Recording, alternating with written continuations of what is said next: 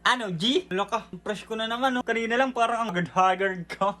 Totoo nga yung kasabihan, naman ka kapag naliligo ka. Wala ako ngayon guys, content na voiceover kasi nagka-problema ng content. Konti lang naman, pero immortal tayo, hindi tayo mapipigilan mag-upload ngayon kasi I miss ko kayo. Wala, ang sweet.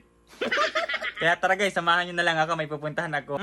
Sama lang guys sa akin. Wait lang, may pinapadala nga pala si Papa, nasan yung tuyo nun. Baka hindi makatulog yun pag hindi ko to dinala. Yung tuyo nun, tama, babasain ko. Ito yung tuyo nyo guys, nakakulong pa sa aquarium. Yung tuyo mo, hindi na makahinga. Ito na, susupukit na sila. Sarili lang amoy. Pogi ko, parang may artistang lumabas sa pintuan. Tapos yung kinilas, ang dugyot. Aray ko. Tabing kalsada naman tayo guys, magkakalat ng kahangin. Este kapugian. Punta lang ako na ng school, court, kahit saan. No, kakain kila mama guys. Wala akong luto sa bahay kasi tinamad ako. Natulog ako guys. Gising ko lang. Sabi sa bantas ko. Wala akong masabi ngayong araw. Dagdal ko nga. Ang dami ko na nga sabi.